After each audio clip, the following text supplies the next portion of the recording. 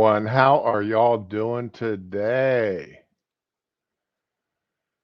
Yeah, Sean, this is an interesting mess. And I've read through it. Well, I read through parts of it, some of it, not the whole thing because it's a convoluted mess. So I'm figuring today I'm just going to go over the overview of it.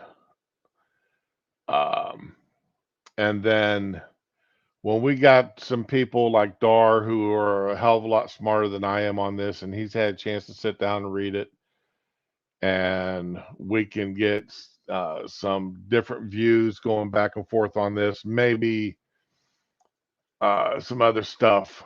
We can have a much more in-depth conversation because I really rather have a conversation on this with other people. Uh, but there's some parts of this that I am not particularly happy with, which um, anyway.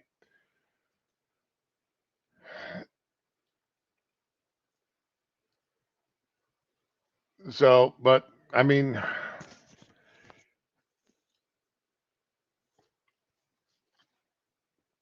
but before I get into that, we need to make a little jump back in time to 1997. And Senator Joseph Biden was speaking. And he was speaking about Russia and what it would take to really piss Russia off.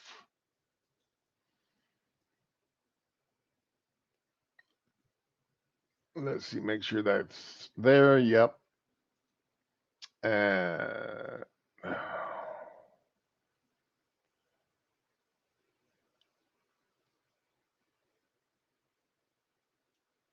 here we go. I think the one place where the greatest consternation would be caused in the short term for admission, having nothing to do with the merit and preparedness of the country to come in, would be to admit the Baltic states now in terms of NATO Russian, US Russian relations. So, in 1997, Biden was warning us not to admit any Baltic states into NATO because that would cause issues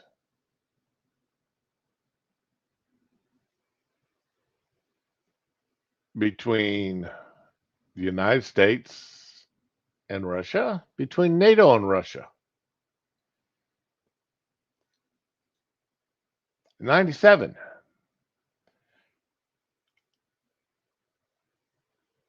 Now, granted, there's been some changes to the geopolitical, but Russia is still Russia. And Putin wants the old Russia back. That's been long known. Putin has always he really felt offended, personally offended by the fall of the Russian Empire.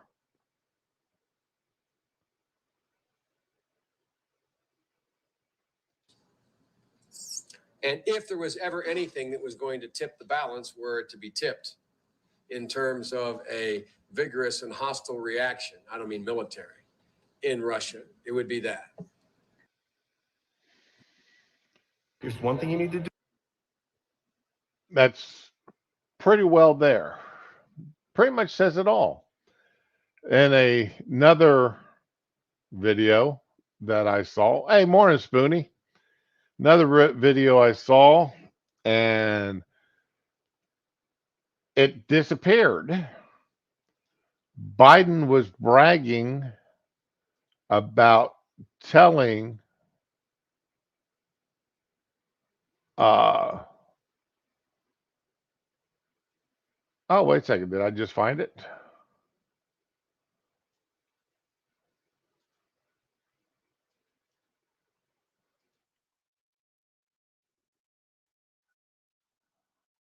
Okay, yep, here we go. Let's see if I can.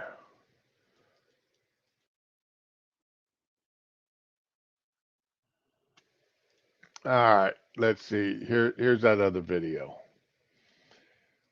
And this is just a continuation of the first one.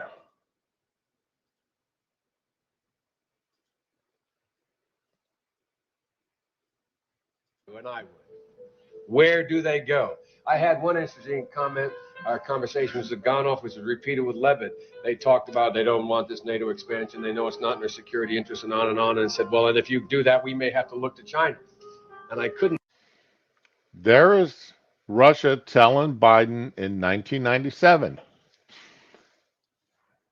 if you admit Baltic states into NATO, they'll go to China and we'll start working with them. Help using the colloquial expression from my state by saying to Zaganov, lots of luck in your senior year. Good luck. And if that doesn't work, try Iran.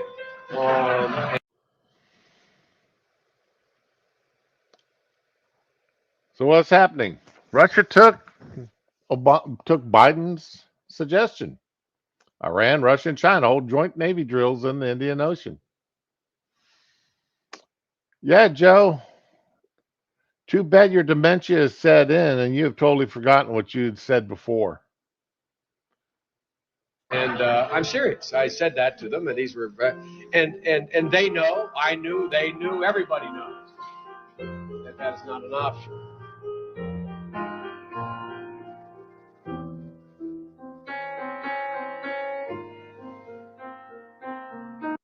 Yeah. Yep. Yeah, we all know that's not an option, Joe. In 1997, you said you knew that wasn't.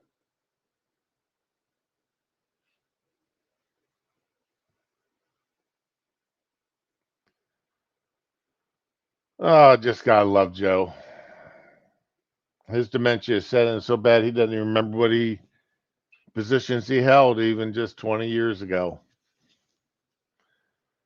And unfortunately, 20 years ago, well, 25 years ago, he was right.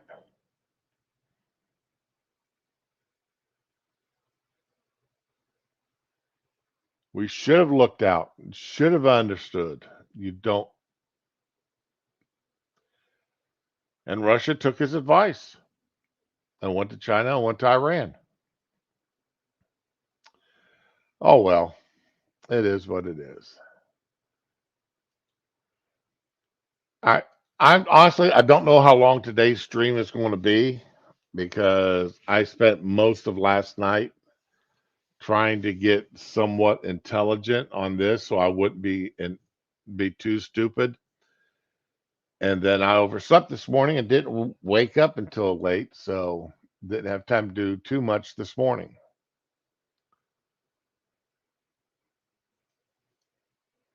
Let's see here. Get that back there. My first question I have when it comes to this Declaration of North America, the DNA.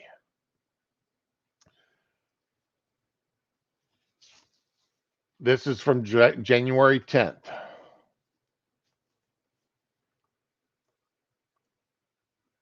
Remember, I said yesterday that I had to thank KJP for reminding me about something I'd wanted to talk about.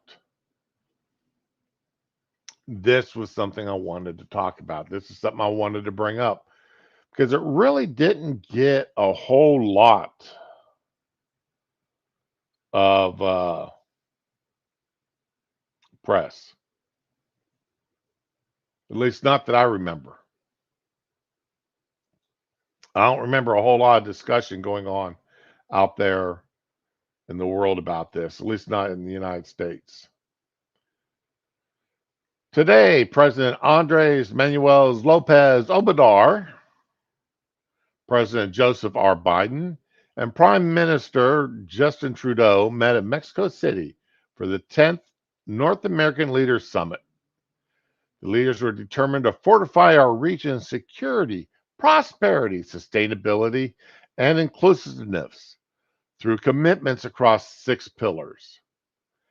Number 1, diversity, equity, and inclusion.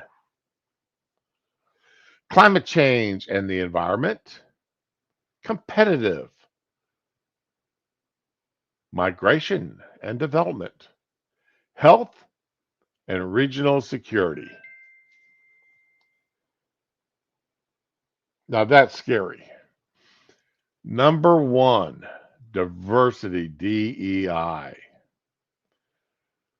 Remember, under DEI, white men evil, white men bad, white men racist, white men wrong, brown and black people good, white people bad. Climate change, climate's always changing. Environment, competitiveness. Really, we are going to, all right. Migration and development. I don't see a whole lot of migration into Mexico. I do see some migration into Canada, but not near the migration that I see into the United States, especially illegal migration. North America shares a unique history and culture that emphasizes innovation, equitable development, and mutually beneficial trade to create inclusive economic opportunities for the benefit of our people.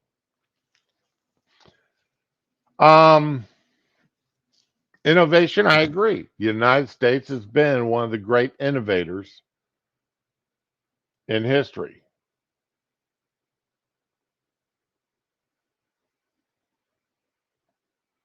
Equitable development.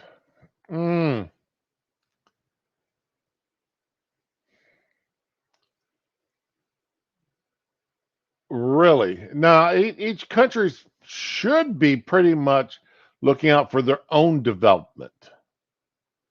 It's not our job to look out for the development of Mexico. It's not our job to look out for the development of Canada. If they develop as a result of our development, hey, more power. That's a good thing.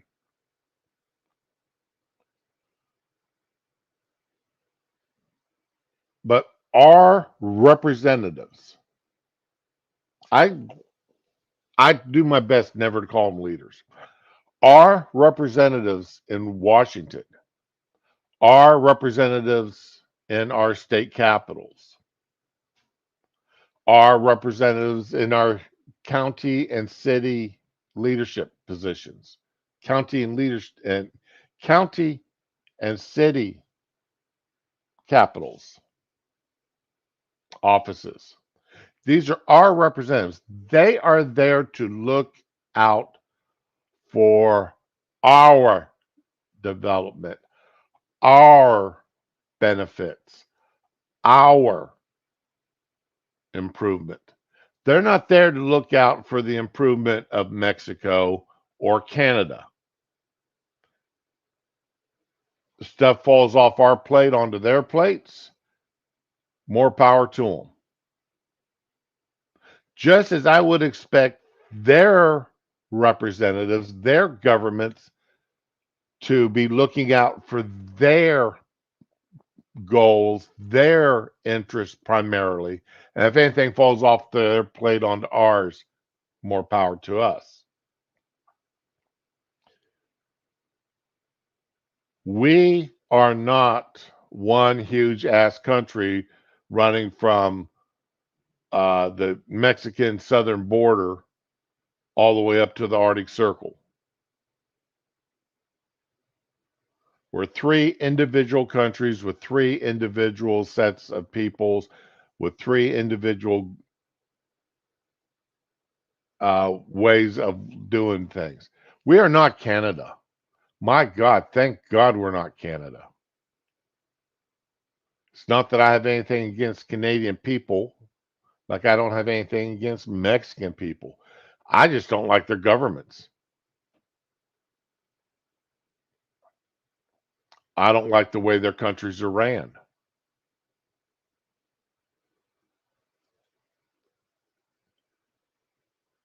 We are not just neighbors and partners. Our people share bonds of family, friendship, and value. And above all, freedom, justice, human rights, equity, and democracy, or equality and democracy. This is the North American DNA. Huh, okay. Family? Yeah. My wife's got family in Canada. I've got Canadian friends. I've got Mexican friends. I've also got friends from Australia. I've got friends from Germany. I've got friends from England and Ireland and Scotland. I've got friends in, did I say Australia? Okay, I hope so. I've got friends around the world. I got friends around the country.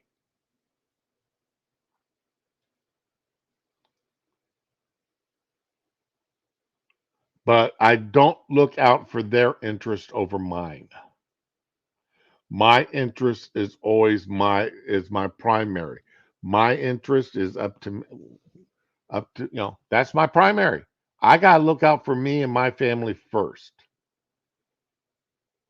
And when I can help other friends, when I can help other people, I do. And I do so willingly. But I don't do things that are to help other people that's going to hurt my family or hurt me. That's just pure stupidity to do something like that.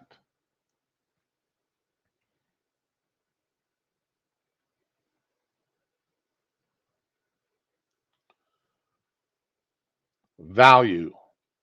And we are supposed to value above all else freedom. Well, Canada's definition and Mexico's definition of freedom is quite interesting to say the least. It really is interesting how they define freedom.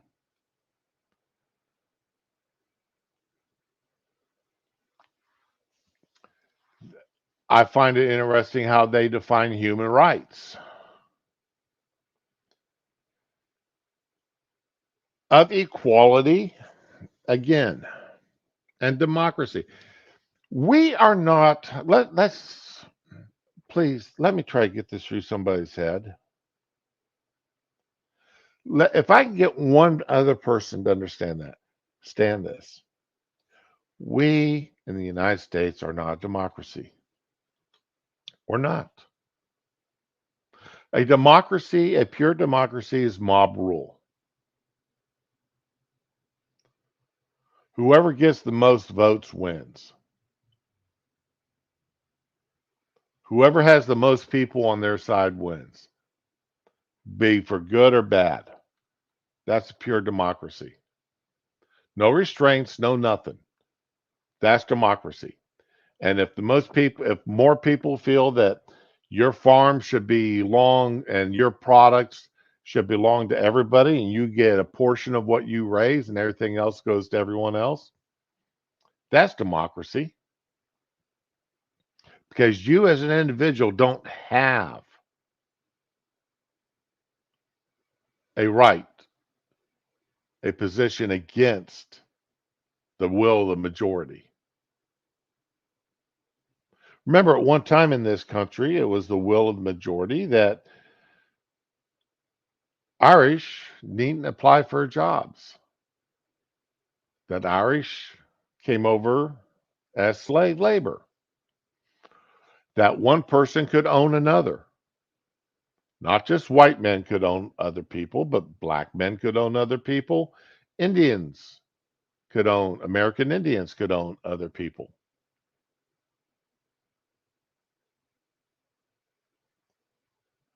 That was at one time the will of the majority. That was the will, the outcome of a democracy.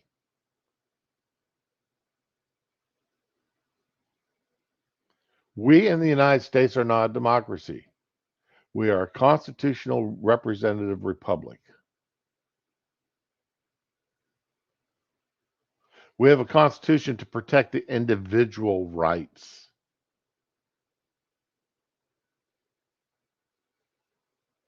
We elect representatives to represent us that we can recall when they no longer represent us.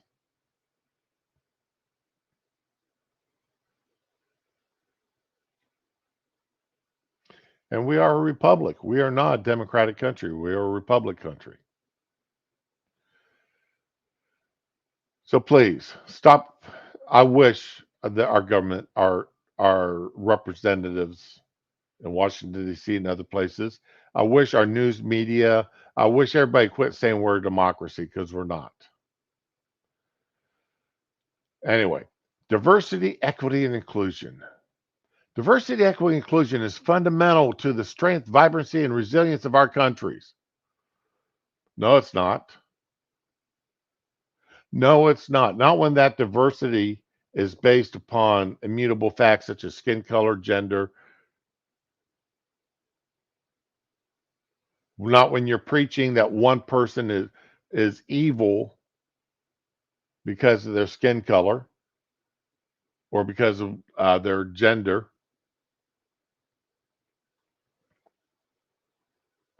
DEI is not fundamental to our strength. It is fundamental to the destruction of our country.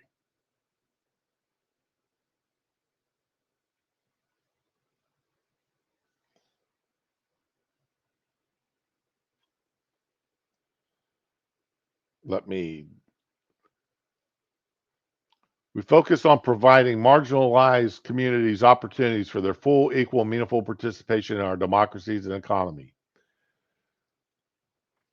Once again, once again,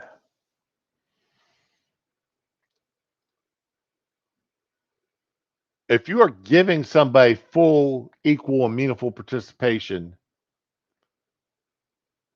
you're giving them something. That means you're taking it from someone else.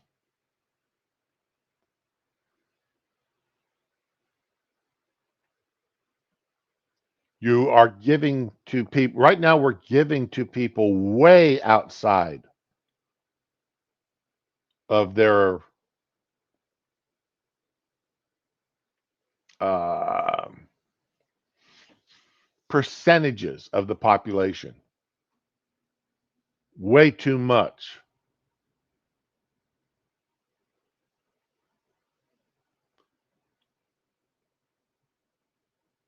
Say in our government, in our way our lives go, and what happens in our schools.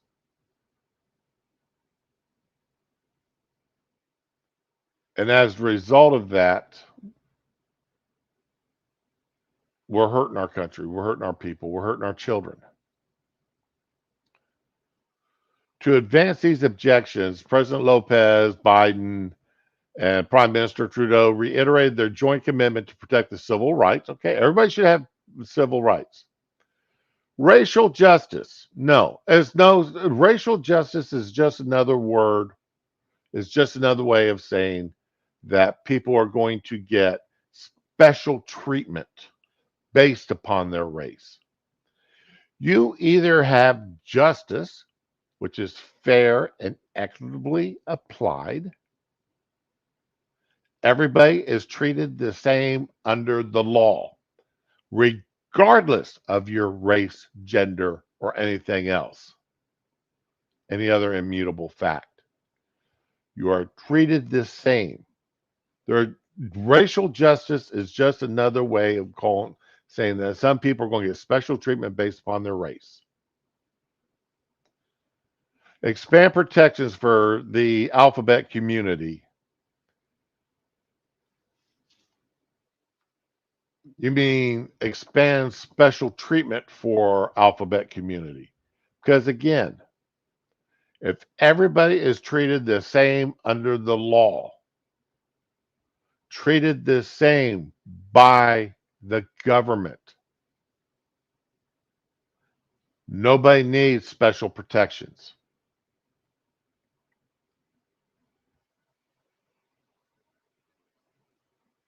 If everybody's treated the same. and deliver more equitable outcomes. Now, this is the phrase that scares me the most. Deliver more equitable outcomes for all. People will never, you take a group of people, you take a family, equitable outcomes. Yes, Mooney, bad things happened in the past, so we have to treat them special for it today.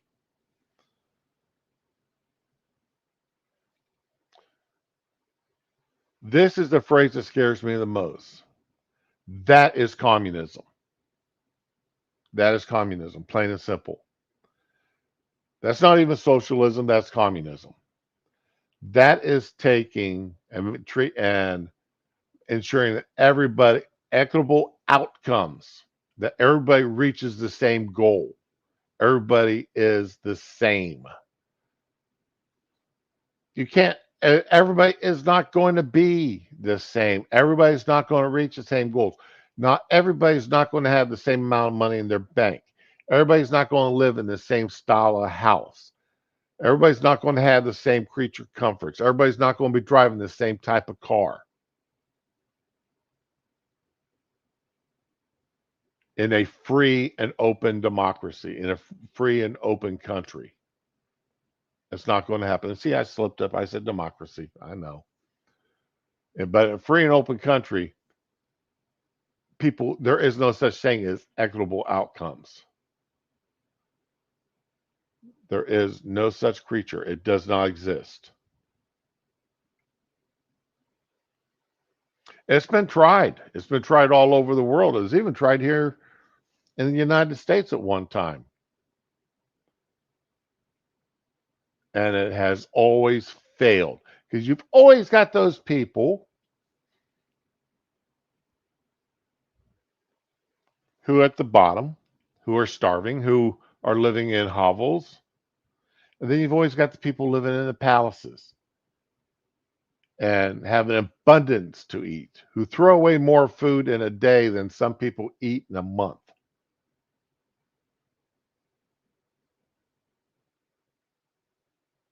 There is no such thing as an equitable outcome without taking from other people to give to other people. And people don't want to give up their creature comforts. Oh, you got that person that'll stand there and say, I want to have, I want, I don't need everything I've got. Okay, fine. Sell your house, sell that McMansion you've got, your 5 bedroom, 5 bath house with the 3 car garage on 8 acres. Sell it. Take all that money, go and buy yourself a little 2 bedroom, 1 bath house on a third of an acre. Take the rest of your money, buy a bunch of third of an acre lots and build the exact same house and give those houses to other people.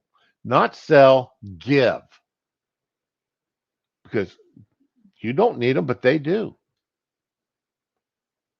Take your McMansion and tear it down and on your 50-acre lot of land, 10-acre lot of land. Divide it up into 1/3 lots and give and let and you and everybody else and just give away everything else. You live on it. People aren't going to do that. Can you imagine Joe Biden giving up his Delaware home and every other place he's living, having his brother giving up his place down in the Virgin Islands,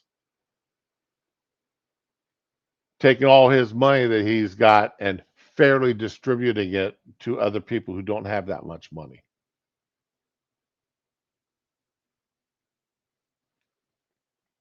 Remember, he was charging his son $50,000 a month rent on a home.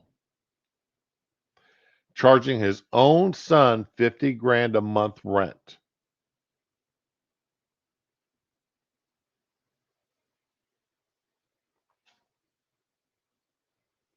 Why didn't he just let his son live there for free? I know when uh, my son got married and the wife and I were looking at downsizing because we didn't need the house that we had that was paid off. So the wife and I bought a much smaller house, about half the size of our old house. And we gave our old house to my son and his wife to with as they did.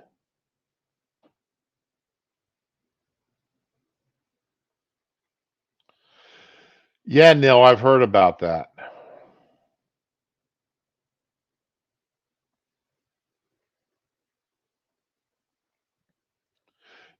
That was what I was talking about, Doug Dog. It was even, communism was even tried here in the United States. It didn't last a year.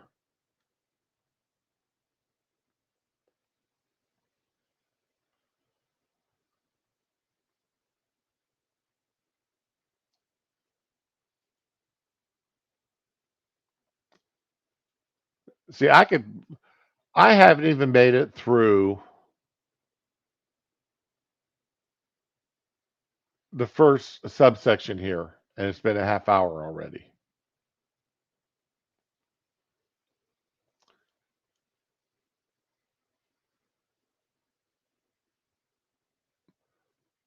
This next part is what I really have to laugh at.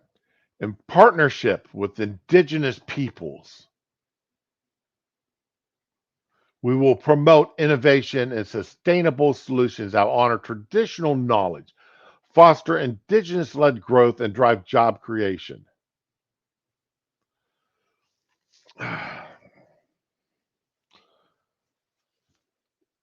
I see Canada's indigenous issues are starting to, and policies are starting to find their way down here into the United States. Now, uh, we all agree the American Indians were treated shabbily.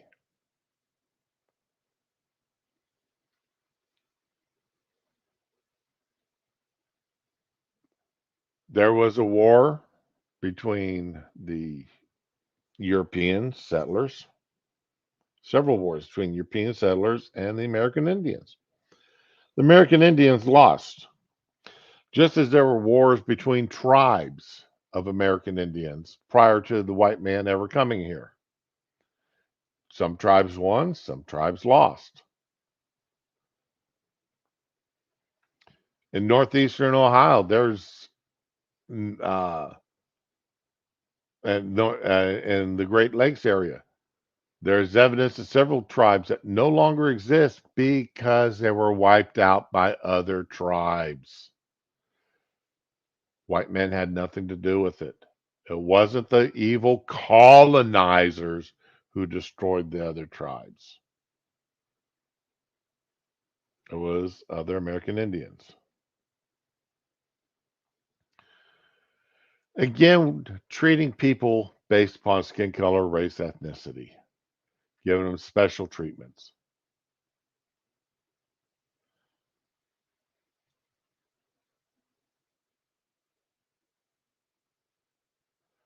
American Indians on their reservations, where they have their own laws, their own courts, local police for the most part,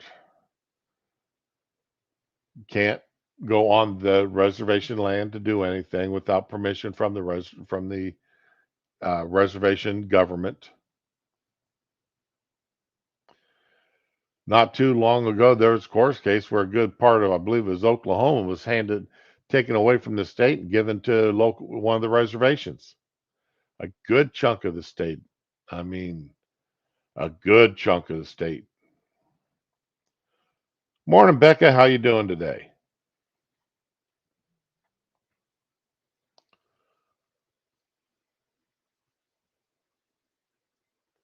We will continue our cooperation to build societies where Indigenous women and girls can live, learn, and lead without fear through the Trilateral Working Group on Violence Against Indigenous Women and Girls.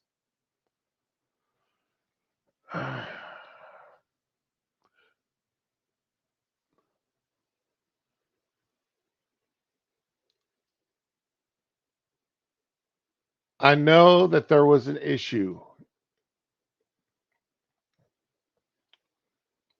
where some where a bunch of indigenous. I'm just so that indigenous peoples, women's, and were disappearing, trafficking. I believe they found that. Working off memory here, they found some of them unalived, shall we say?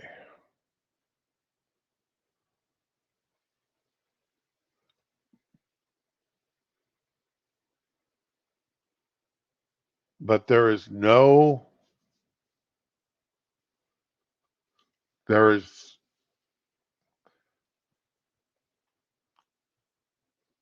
let each country take care of their own issues.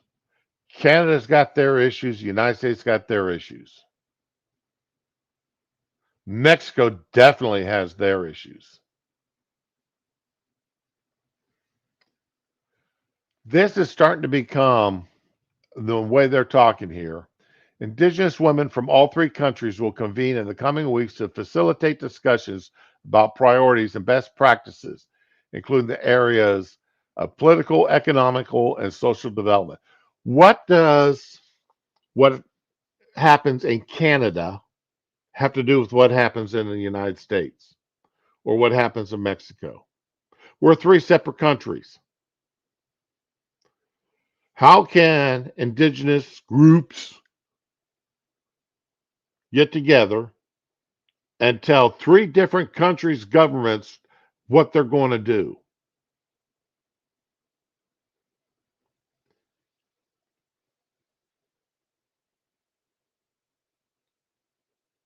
Do you are you this is not treating each country as its own sovereign country.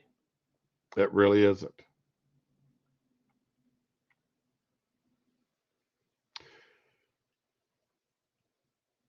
The three countries will also affirm our commitment to gender equality and empowerment of women and girls in all their diversity by aiming to improve financial and political support for women's and girls' rights. Yeah, tell me something here. What rights do women not have that men have? Name me one right. Name me one law in the United States. I don't give a shit about Canada's laws. I don't give a shit about Mexican laws. United States. One law that discriminates against women.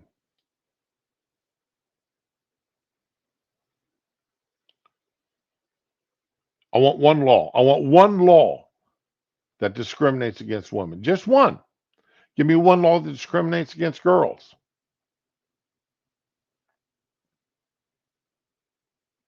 I want one. Just one. I can show you where men are discriminated against, where laws are written to discriminate men against men, where practices are held legal to discriminate against men. I had an issue in my just a couple years ago here in our local school district. They were holding special sessions for girls after school on school property, paid for by the schools, to get girls into STEM fields. Women only. They're bringing in so I asked when they were going to bring in the same groups for talk to the boys, and they said they weren't. I asked them why not. You can't say you're going to have an after-school program for girls only. That's a violation of the law. You can't say you're going to bring in representatives from colleges to talk about classes and such in STEM fields and make it a girls only and segregate it by gender. You can't do it unless you're going to offer an equal opportunity for the boys.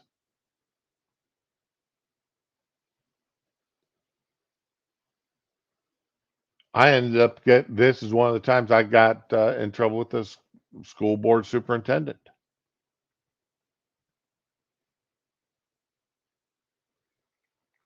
And it was ironic that within just a couple of weeks after I had talked to him and told him that unless that they were going to open a program up for the boys, equitable in all ways to the ones that they were sponsoring for the girls,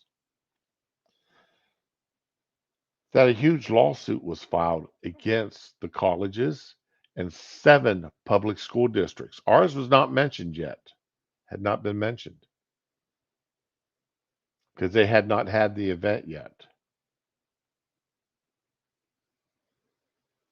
But 7 schools, school districts, and 2 colleges were sued for gender discrimination for the exact same program.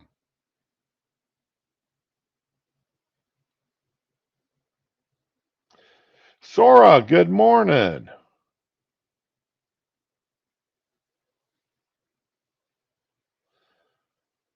Actually, Sora, you can't. There are you can't. Women can't go topless in many areas in the United States. I understand you're Canadian, but they're. All right, but I'll give you that. I'll give you that. Okay, women have to cover up the boobies. All right, I'll give you that one. I really don't consider. All right, if you want to consider that discrimination, I can see your point. So women have to cover up the boobies in public, cover up the nips. All right, I can understand that. Okay, and men don't. All right, that's more of a social norm than anything else. But yeah, I can understand that. You got me on that one. Sora, you had a birthday? Well, happy belated birthday to you. Yeah, Duck Dog, it was a Title IX violation. And when I brought that up to the school board superintendent's attention, he laughed at me. And he said, "Well, if you feel so strong about it, then bring your son to this all girls event.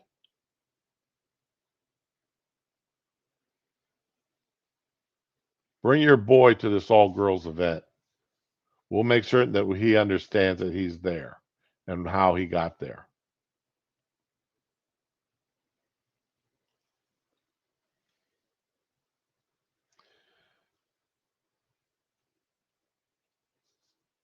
There are plenty of programs out there. There are more programs out there for the financial and political support of women and girls than there are for men and boys. Men and boys are actively discriminated against in the United States. I don't know if they're I'm going to assume from what I've seen from the parliamentary hearings going on in Canada over the years that it's pretty much the same way, that there are many, many, many programs to support women and girls to give them the leg up that they need while actively discriminating against men and boys. At what point do women and girls no longer need governmental, financial, and political support? That it's like, here's the rules, here's the requirements, either you do them or you don't. Either you fit or you don't. Here's the standards that we require. Either you meet the standards or you don't meet the standards. Exactly. Men are bad and expendable, Spoonie. Now remember, all 3 elected leaders signed this. back on the 10th. Climate change and environment. Mexico and the United States and Canada recognize the critical nature of taking rapid and coordinated measures to tackle the climate crisis and respond to its consequences. This includes achieving our respective 2030 nationally determined contributions under the Paris Agreement. God, I was so glad when Trump got us out of that Paris Agreement. And working together with other countries to keep a 1.5 degrees Celsius temperature limit within reach. To promote buy-in for ambitious cuts to emissions, we will all come together to align on approaches on estimating the social cost of greenhouse gas emissions.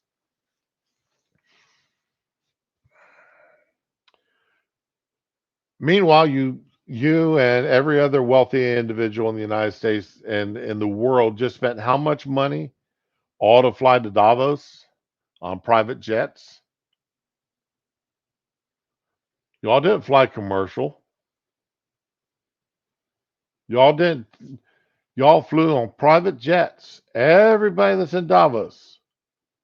Did John Kerry fly his private jet over? Or did he fly commercial?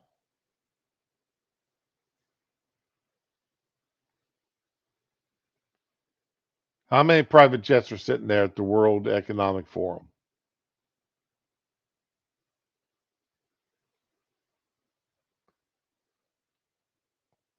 How many times do you have people fly in on private jets, government owned jets across the world, across the country? The head of the FBI flies a private jet owned by the FBI to go on vacation with his family.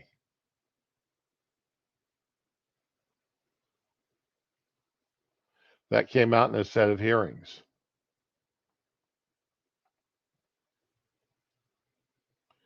He because he cut out early from a set of hearings. He had important business elsewhere to go to, and he couldn't stay around for the second set of questions by the Republicans. Come to find out, his important meetings he had to go to, his important flight he had to catch was a private jet to go on vacation with his family. How much money does the government? How much of these greenhouse emissions is kicked out by all these private jets? Why aren't y'all doing Zoom calls for your meetings? Y'all don't need to all go there and meet in person. Do them by Zoom calls. And then to bring in somebody like Brian Stelter to lead did he fly commercial over to Davos? That'd be interesting.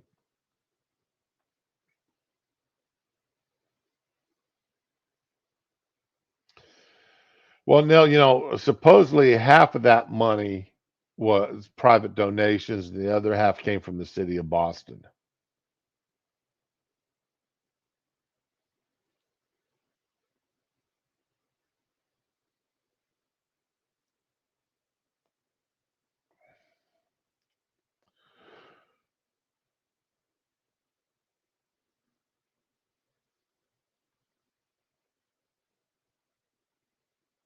All right. We'll continue to implement and build on commitments from the 2021 North American Leaders Summit Conference on Climate, Migration, Adaptation, and Resilience while renewing our focus on reducing methane emissions from all sources with the new focus on waste methane. One of the largest emitters of methane, cow farts.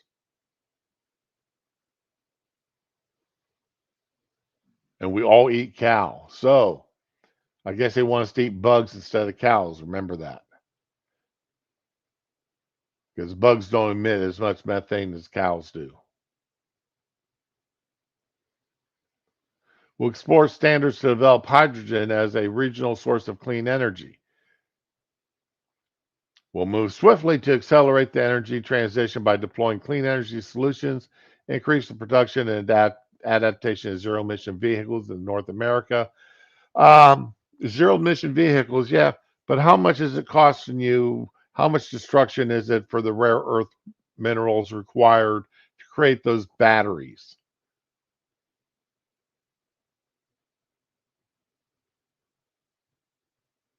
How much damage are you doing to the world, to the land, and digging up all the rare earth materials needed?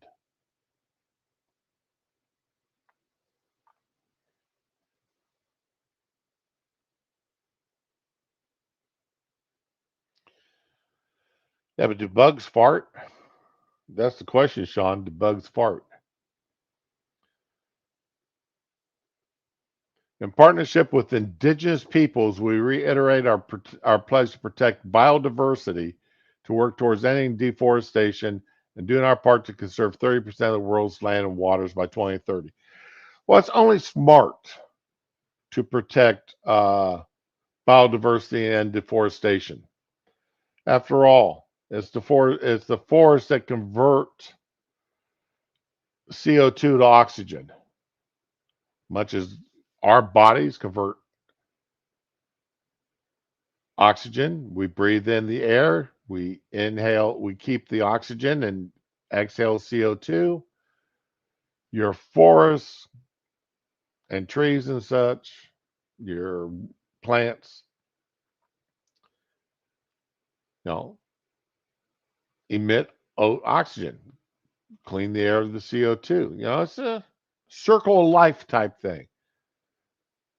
So it's not stupid. It's not bad science. It's not political. It's only smart to prevent deforestation. And, you know, we need to conserve a lot of water because the human body requires water to survive. There's not a substitute for water.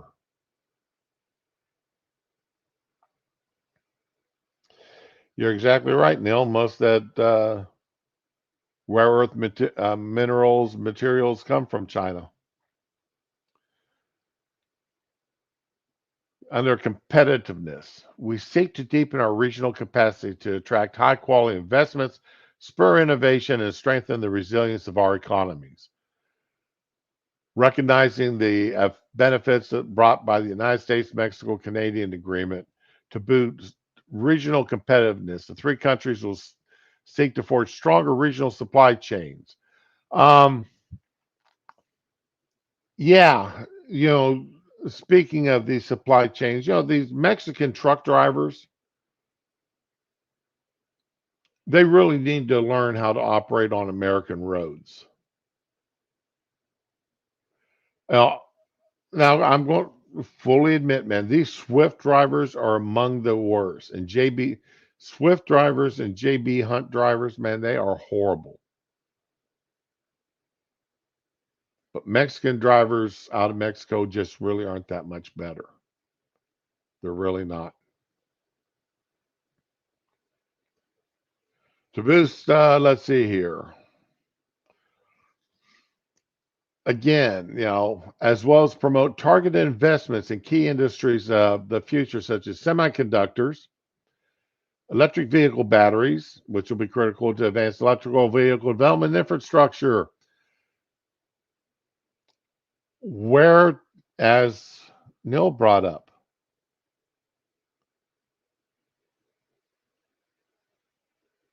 we don't get a whole lot of the materials needed for these electric vehicle batteries on this side of the planet.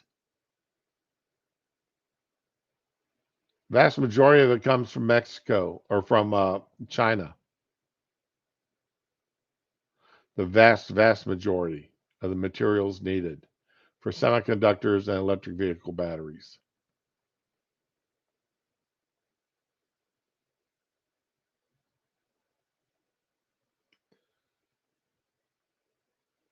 We'll convene public private dialogues and map out supply chain to address common challenges and opportunities.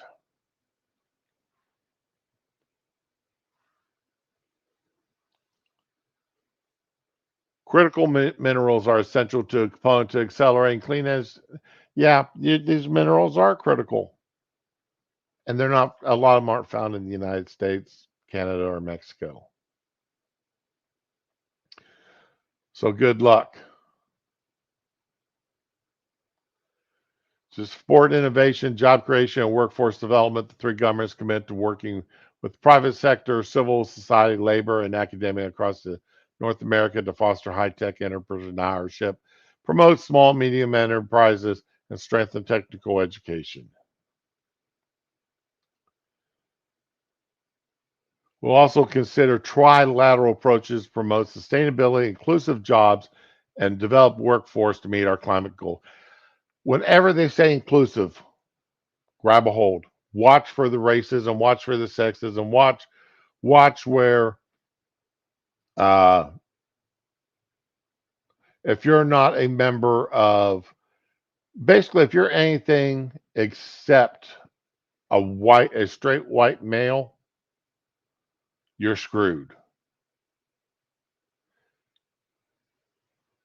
If you're not screwed. Straight white men, you're screwed out of a job. I had that back ass words there, didn't I? Yeah. Uh yeah, you're going to get in if you're anything, except the straight white man. Straight white women, you're almost as bad as white men, but you got a little bit of a leg up because you do have the vagina going for you. Black men, your leg up is the fact that you're black, but you're not a black woman. Now, if you're gay or trans, then you get a leg up. So you've got to have that hierarchy. The more them little squares you can fill, the better chance you have of getting that inclusive job because you fill more squares.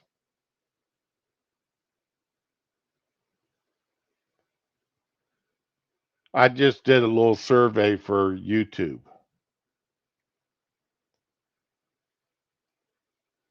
and put fill out a no, it wasn't YouTube, it's for someone else, but they had this huge ass thing, and you know, are you gay? Are you straight? Do you consider yourself straight? Yes or no? Yes. What was it? Or no, you had choice. Are you straight, gay, trans, the pan? They had a list of all these sexual choices. Then are you this? Are you that? Are you this? And yes, no, or yes, blank. You fill out the squares. And as I got across this thing and completed it, I was leaving more and more and more blocks blank because I'm not pagan. I'm not an atheist.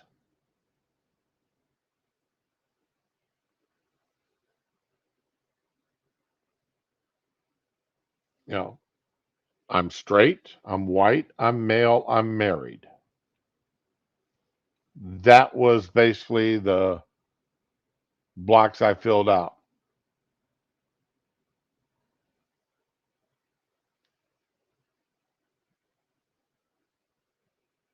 It just showed a huge drop off. It was actually funny.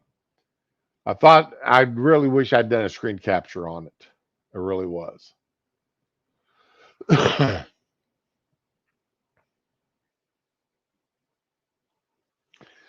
Today, migration. This is the three countries of North America each made ambitious commitments under the Los Angeles Declaration, working together to advance labor mobility in North America, particularly regarding regular pathways, and have been delivering on these commitments.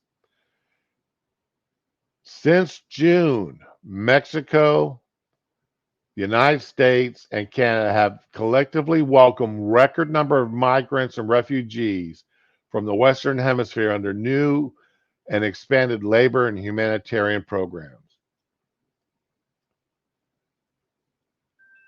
All this illegal immigration is not only planned, it was welcomed. It's not only, they they planned this. This administration planned all these illegals coming across the border.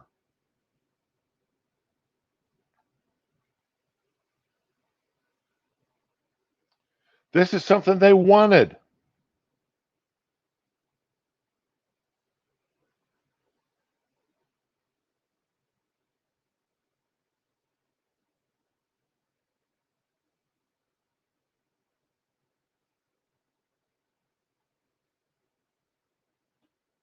This is something this administration wanted.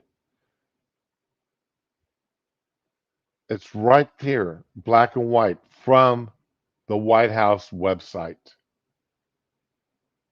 Whitehouse.gov, briefing room statements, releases, 2023-01-10, Declaration of North America DNA.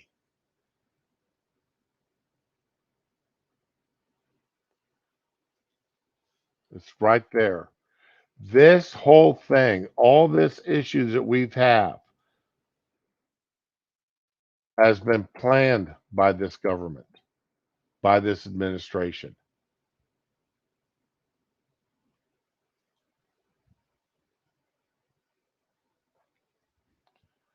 Today, reaffirm our joint commitment to safe, orderly, and humane migration under the Los Angeles Declaration and other relevant multilateral frameworks. We should not be agreeing with Mexico or Canada to take any migrants. It's not their job. They're not going to be concerned about our country, about our standard of living. They're not concerned about the American worker. They're concerned about theirs. They're concerned about, especially Mexico, about the destruction of the United States.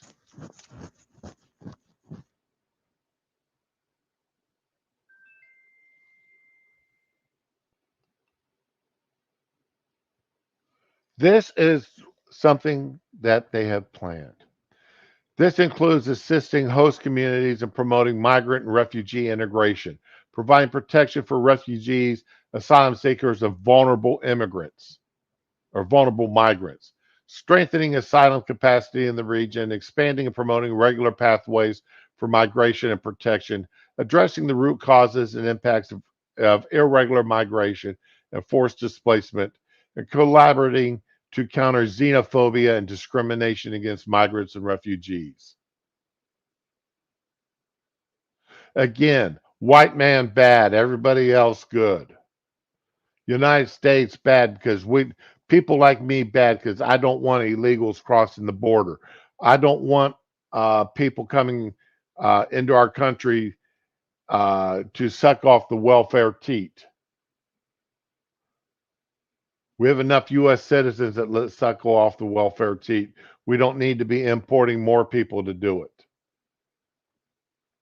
We don't need to be importing people who are not able to provide for themselves and to add to the wealth of the country.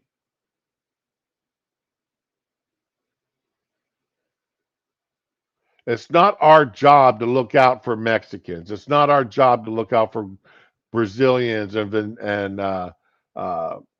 Guatemalans, people from Brazil, Venezuela, or any other country. Our job is to look out for the United States citizens. Hey, CK.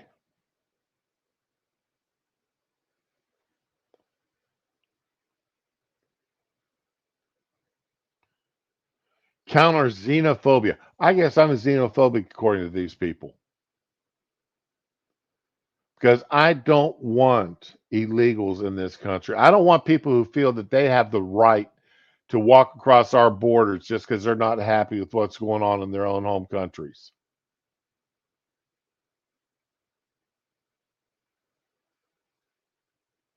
I'm not happy.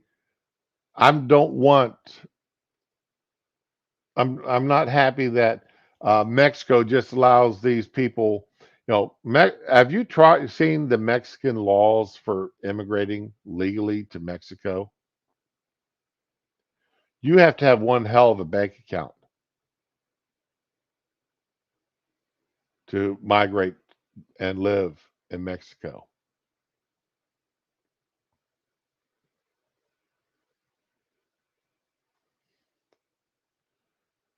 And I love this. Instead of calling it illegal immigration, they're calling it irregular migration and forced displacement.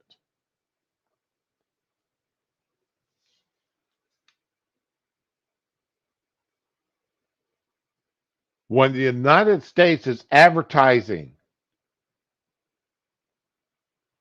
that you can come here and we'll give you a cell phone and tell you to show up in 6 months to a year for a court hearing, but until then you can live wherever the hell you want in our country. We won't deport you unless you kill someone. You can live in our country illegally for as long as you want, and the longer you stay here, the more likely you are to be allowed to stay. And how we'll have people even fight to give you the right to vote in our country, and we'll have people that will sit there and want to pass laws to say, well, they've lived here now for 10 years, let's just go ahead and give them citizenship, or they've been here too long, or their children don't know anybody in their home country, all their friends and everybody's here. What about the children? What about the parents that brought them here illegally?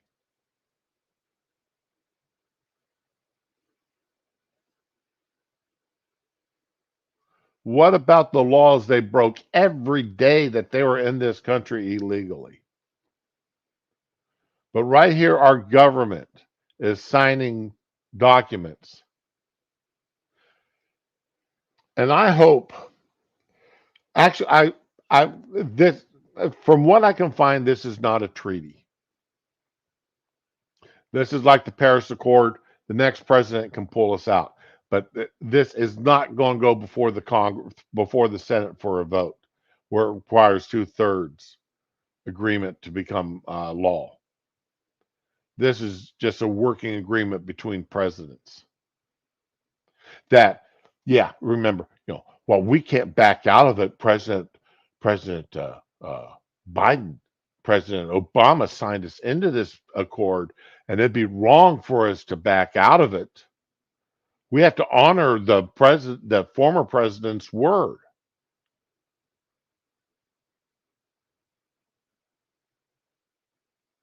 Regardless of how bad it hurts our country, how bad, regardless of how much it takes and hurts what we're doing and damages the future of our children. Why aren't people concerned about our children and our children's children's? But what kind of lives they're going to live? Why are they more concerned about the lives of the children of people who are Mexican or Guatemalan or from Venezuela or from Brazil? Why are they more concerned about their children than about our own children's futures?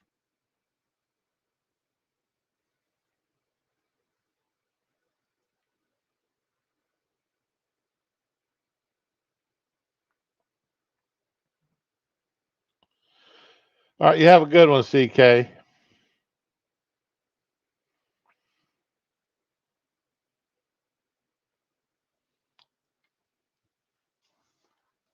Do you understand why this didn't get a whole lot of airplay? Why the media didn't play this up last week when Biden signed this? There wasn't shows on 60 Minutes covering this. The Sunday morning talk shows didn't spend the entire morning discussing the ins and outs of this program and what it was doing, what Biden was signing this up for. The media, there were no roundtable discussions on CNN over this. There are no roundtable discussions over at Fox News about this. And people say Fox News is conservative. There's no discussions about this.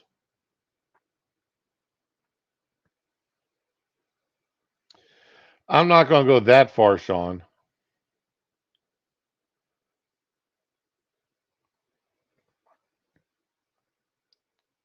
Now, do we need or should we,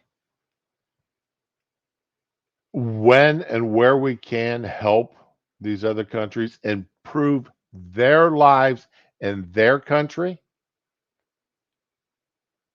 Help them where we can? Give them advice on how to get rid of the gangs and the cartels? Set up, help them with the international police force.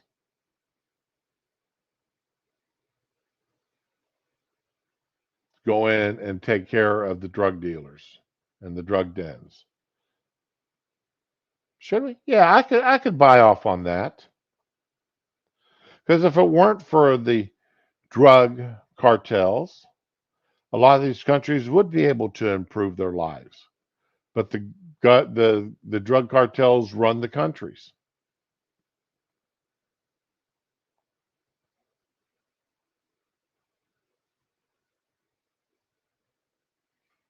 And the world would be a much better place without the drug cartels. So why aren't they putting the time and effort into getting rid of? Why aren't they signing an agreement saying we're going after the drug cartels? Multinational forces go against the drug cartels. Even use military force against. You want to take in A-10s and B-1Bs and blow the shit out of drug cartels areas where they're producing drugs. Drop napalm onto poppy fields and drug dealers areas wherever they're growing their the what they need for their drugs or the chemical plants. Bomb the shit out of the chemical plants. Send in a James Bond, Mitch Rapp, whatever, to blow up the send in the Navy SEALs or whoever to blow up the drug labs. I'll be behind you. I'll be standing there rooting you on for that. Because that's where a large source of these problems are coming from, are the drug cartels. But there's nowhere here where they're going after them.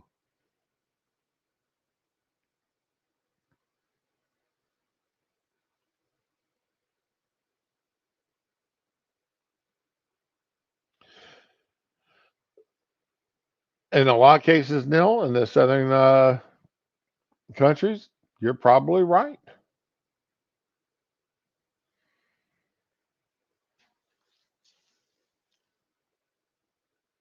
You're probably right. See, I've barely covered, well, haven't covered health yet, regional security, and their idea of looking for. And this is just the cover page. This is just the overview page. And look what we've discovered. We haven't gotten down into the dirty details of each one of these sections yet of this agreement. This is just the cover page. Imagine what's down there inside the dirty details. I'm telling you, it's scary. The dirty details.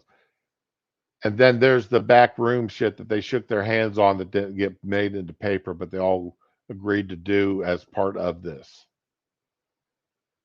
that was too dirty to even put down to paper because they didn't want to let the people know what they actually agreed to on some of this.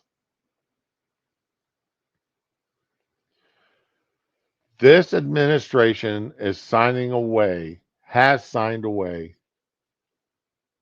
our country on this.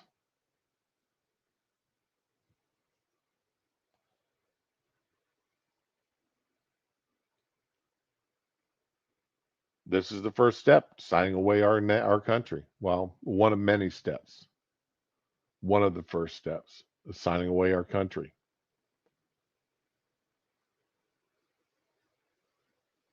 And you want to know, and this is why it didn't get out.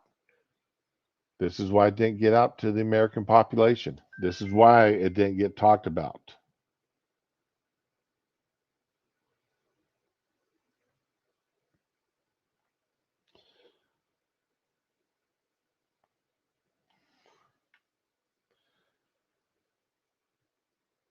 Okay. The health department. Trilateral health cooperation will focus on launching updated North American plan for animal and pandemic influenza to improve prevention, preparedness, agility, and to provide rapid response to health emergencies in North America. Simple. Close the damn borders.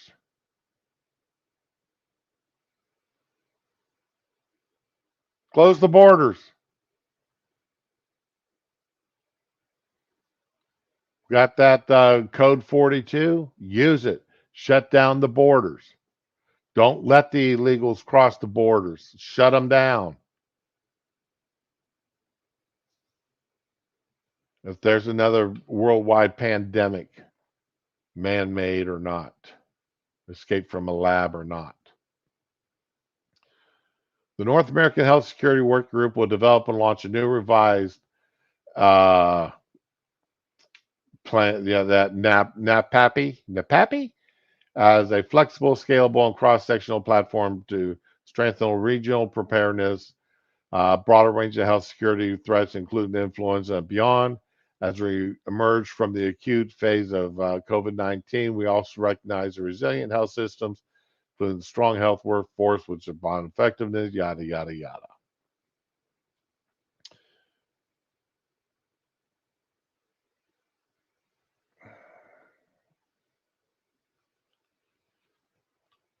Now, here's something.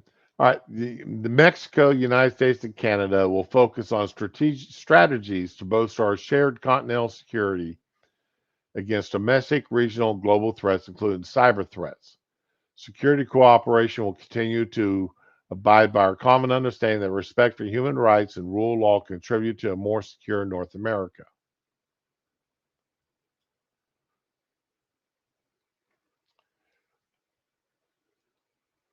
Whenever I see the word human rights, I get nervous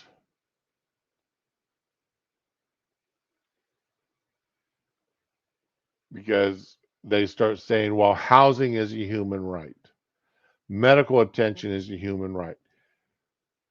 A human right is what a human can provide for themselves. That is all a human right is. You can provide for your own defense. You have the human right to provide for your own defense. That doesn't require somebody else to do something for free. You can build your own home. You can build your own shelter. Building your own shelter is a human right. Having the government force someone to build you a shelter is not a human right. Having the government force someone else to pay for your shelter is not a human right.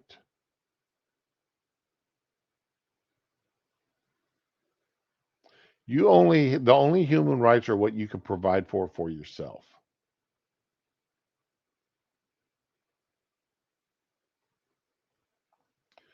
All right, so that's why I see human rights and red flags start going off. Our security cooperation includes actions to disrupt criminal actors and associated crimes across our shared borders, include money laundering, child sexual exploitation, firearms. Gee whiz. I wonder why they throw in firearms. Joe Biden's got no respect for the Second Amendment. He does. Remember, he's the one that said that you know, you take a pump shotgun and blow off 2 blasts in the air. Okay, that's fine, and now you have violated local laws by shooting a gun into the air in a residential neighborhood, which is illegal. And depending on the type of gun you have, you may have shot your wad and not have anything else to protect yourself with if someone comes out and attack you right at that moment. Now, firearms are not a problem. And here they are equating firearms with money laundering, child sexual exploitation, and human trafficking. That tells you where this administration sits right there. We are also taking a consistent approach to the collection, use, and processing, retention, and protection of passenger name record data to strengthen shared security and safety of our citizens, including advocating for the global adoption of standards and recommended practices for international civil aviation. You want to travel? The government needs to know who you are.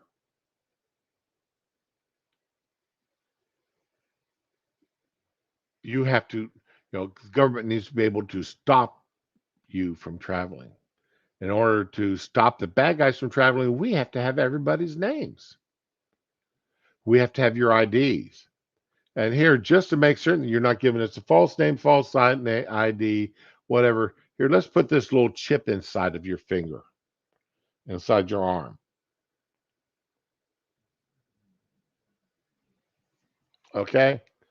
That chip is going to keep us knowing who's flying, because we got to know who's traveling to keep you for your safety.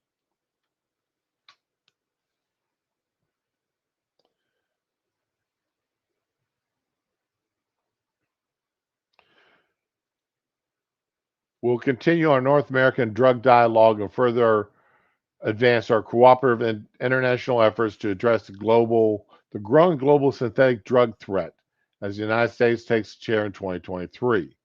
We'll enhance trilateral work to address the use of precursor chemicals and the production of illegal substances in North America and disrupt drug trafficking, as well as strengthen the public health approaches, prevention, harm reduction, treatment, and recovery.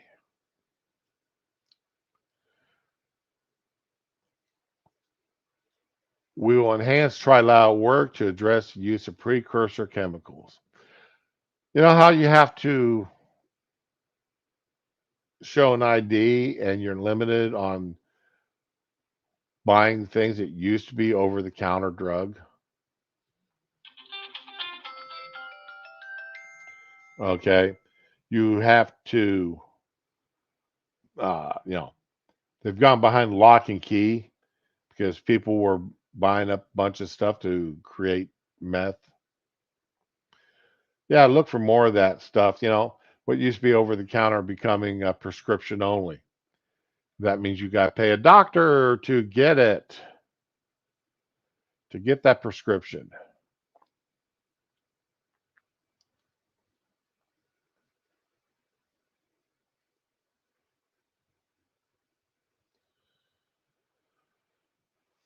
Oh my God.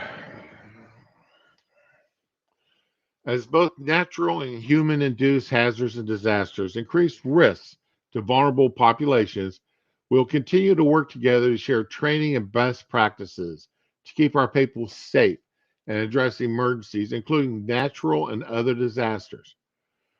Recognizing the differentiated impact disasters have on women and girls, we aim to integrate a gender perspective in these efforts. As always, women and girls most affected regardless of what happens. Women and girls most affected.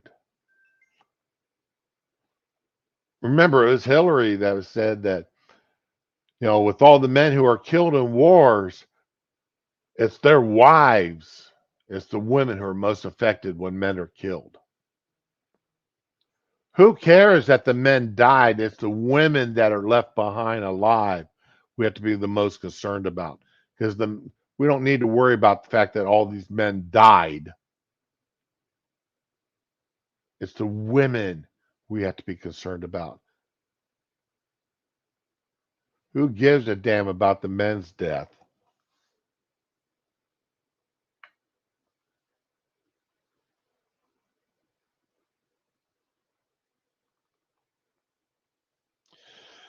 Rise and shine, JoJo. How's it going? I'm sorry for not greeting y'all earlier.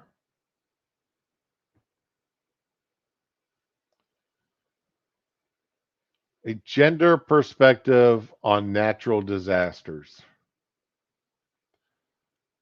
Gee whiz.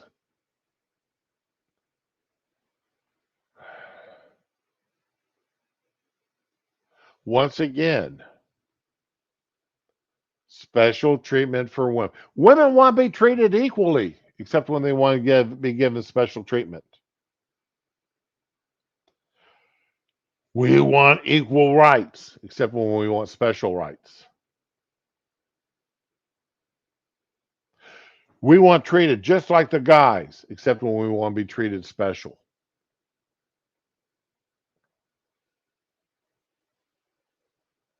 How dare you say that's women's work?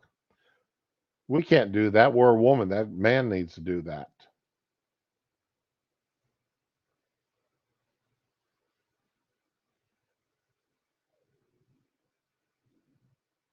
Yeah. Once again, they're saying the quiet part out loud here. These commitments made during this summit are rooted in a shared vision for a more equitable, just, inclusive, resilient, secure, and prosperous North America. I don't care about prosperous North America. I want a prosperous United States. I don't care. Let Canada worry about making Canada prosperous. Let Mexico worry about Mexico prosperous. I'm concerned about a prosperous United States. I'm not willing to ship our jobs, our factories to Mexico to make them more prosperous when we need them here in the United States because we've got people who need jobs here. Let Mexico try to do what they need to do to make their country more prosperous. We need to be concerned about making our own country. And Canada, Canadians, you should be yelling at your government, at Justin. What are you doing to make us more prosperous? What are you doing to make our country more prosperous? Where are the jobs that you keep promising our people?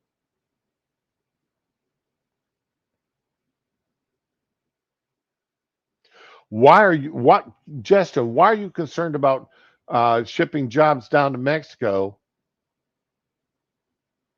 when we need them here in Canada?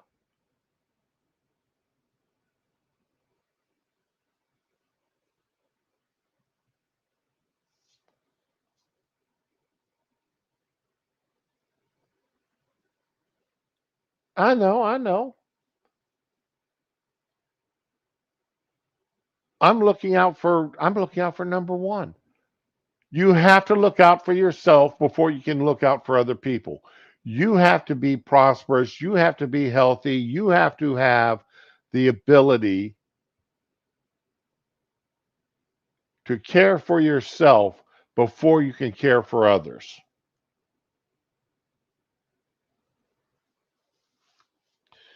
You're not far from wrong, Fury.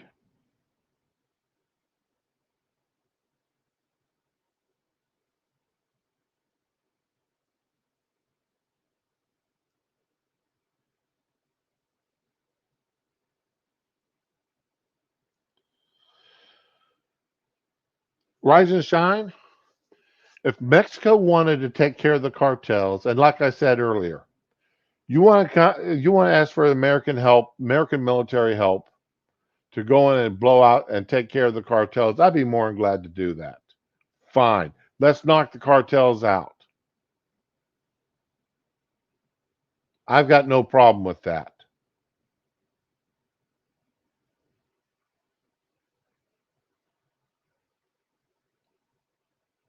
But as long as the Mexican government is not taking direct action against the cartels in Mexico,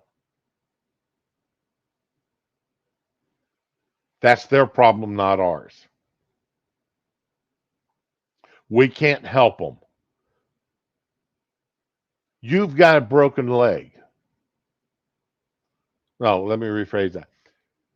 You don't have a job, but you're not willing to get off your ass and go out and look for a job. Or, well, I was offered a job, but I don't wash dishes. I don't sweep floors. Then you don't want a job. You don't want to help yourself. I'm too good to do that job. I've got too much of an education to do that. Then you don't want a job. You don't want to support yourself. You want others to support you while you're looking for the job that you deem is worthy of your time and effort.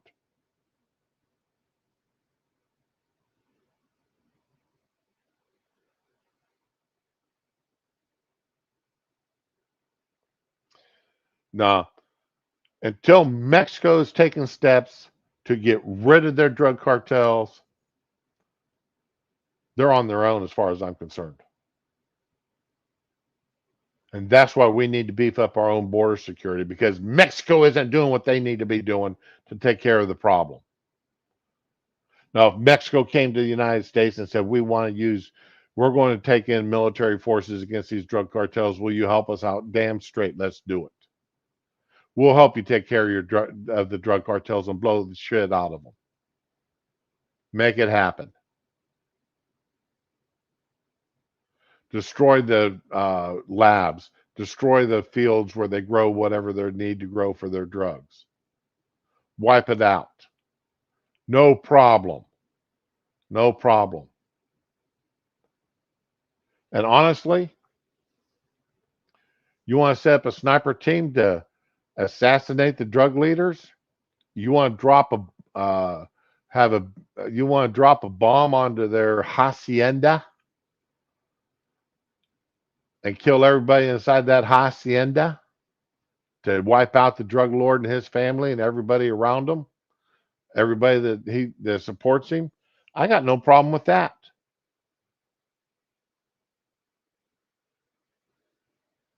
Wipe them out.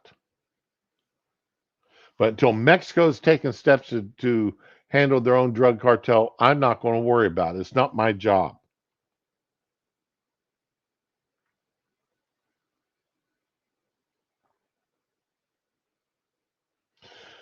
Well, Jojo, when Biden is allowing 100,000 illegals cross that border every month, yeah, you're going to get them up there in Wisconsin.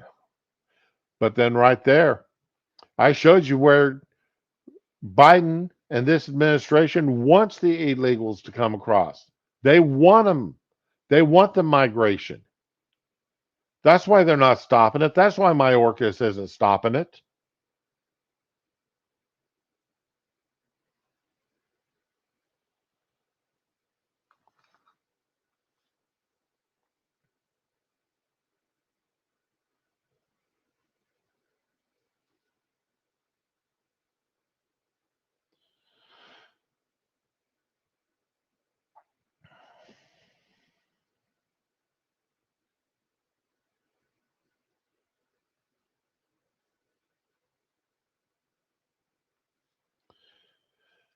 And then yeah, you take out that cartel. You take them out as they pop up. It's just like when I was growing up on the farm and we had gopher infestation out in our cattle field. We would sit outside of the field and wait for the gophers to pop their heads up and shoot them. After a while, you shoot one gopher out of that hole, and then another gopher pop up in another hole. You shoot that gopher, and another pop up out another hole. Shoot that gopher. Eventually, we got rid of all the gophers, and no more popped up in their fields. Didn't have a gopher problem anymore.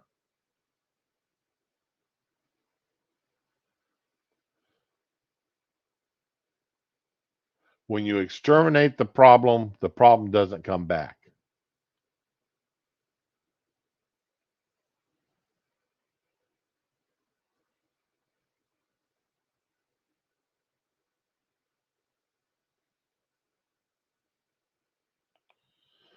Wow, I've spent an hour and a half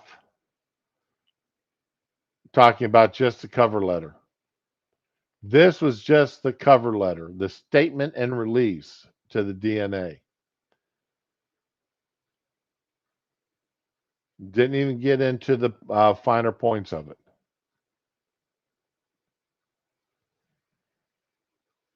Just look at that.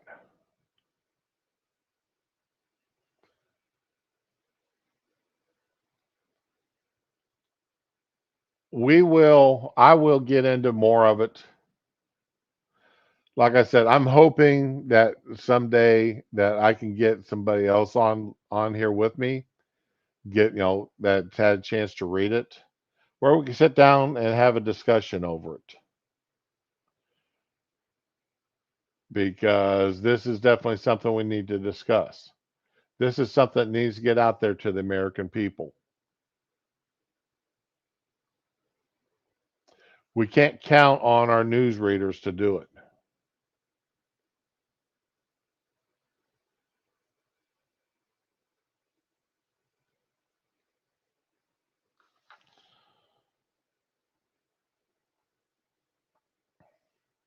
Oh yeah, you're not wrong, Fury. The current solution would be to slaughter the cattle, give the gophers a chance. Yeah, we would sit out there and shoot the gophers as they popped up in the because we have to go out and fill in the holes because the cattle break their legs in the stepping into a gopher hole.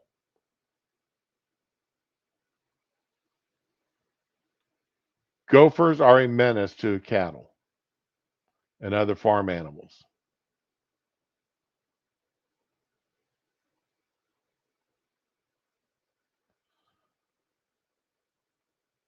Ridicule me all you want, Rise and Shine. More power to you. But if you can't see what's right in front of your face, that's up to you.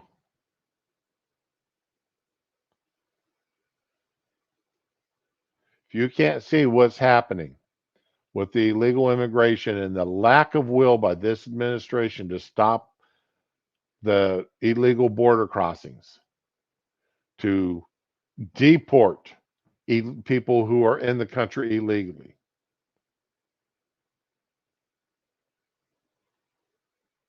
then there's nothing I can say for you. I can't make you open your eyes and take that drink of coffee. I can't force you to do that.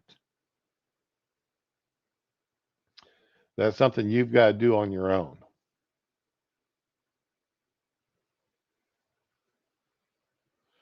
But if you can show me where I'm wrong and what I've said, if you can show me where I'm wrong in anything I've said, and remember, this document I was reading here is straight from the White House. It's not from some whack job website. It's not from some neo-Nazi or from some uh, uh, America Firster or radical website. This is it's from a radical website right now. It's from the government. It's from the White House's own website. This isn't like something I heard this morning. If you spell Illuminati backwards and put .com in your on your computer, it goes to a government website.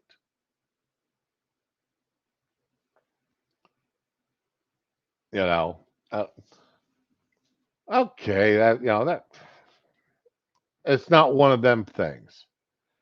This is from the White House's own website. This is something they put out for you to read. I posted a link to it.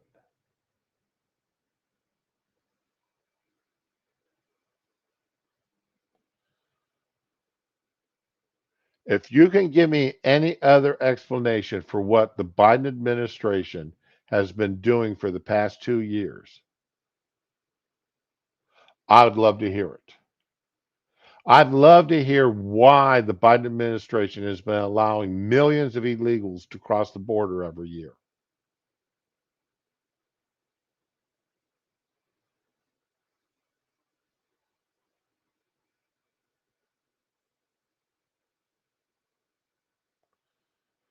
I'd love to know some explanation for it.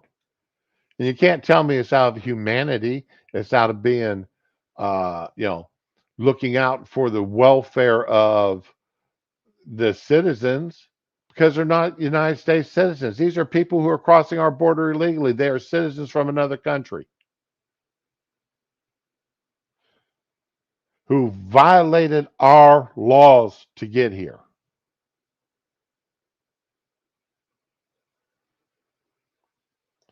So, and here's some black and white. Rise and shine. Here is black and white.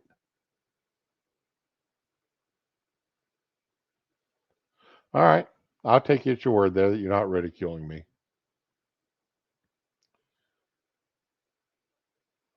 or trolling me or whatever you want to say. I'm just saying here it is in black and white, and this offer, and this just supports other things that they've done. This just gives a little more credence, a little background information, maybe, as to what they're doing. But anyway, ah, fun stuff, fun stuff. I've got some other. Whoa, what happened to my? What happened here? Interesting. Now, Biden didn't sign the Declaration of Independence. Nah, he's trying to sign the Declaration of North America.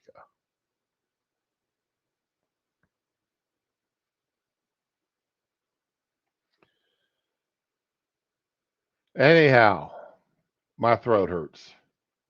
I've ranted too much this morning. I have postulated, I have yelled, I have talked.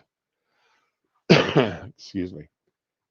So I need to go and get a Sucrets going down my throat or a Halls or something, get some honey going.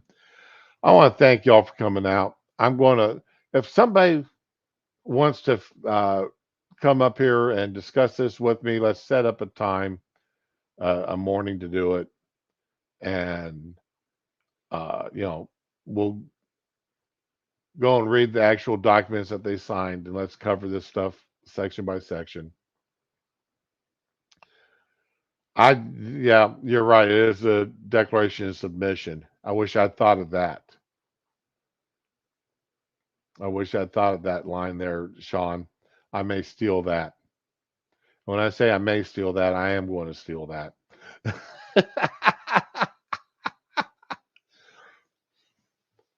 But I'll pull up the rest of it and we'll cover more of it.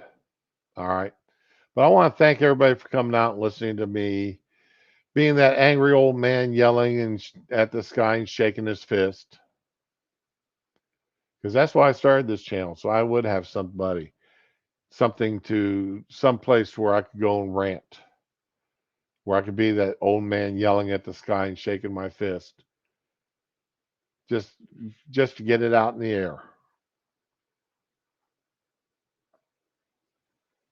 All right, Flaming Sambuco. Now I've got to go and do some driving today, Fury. I've got some errands I need to run this afternoon. But I want to thank y'all for coming out and listening to me. And rise and shine. Seriously, man. All right. What jobs are illegals qualified to do? As far as I'm concerned, no job. They're not qualified to do anything because they're here illegally. Step one, You want to enter our country and be qualified to work? Step one, enter the country legally.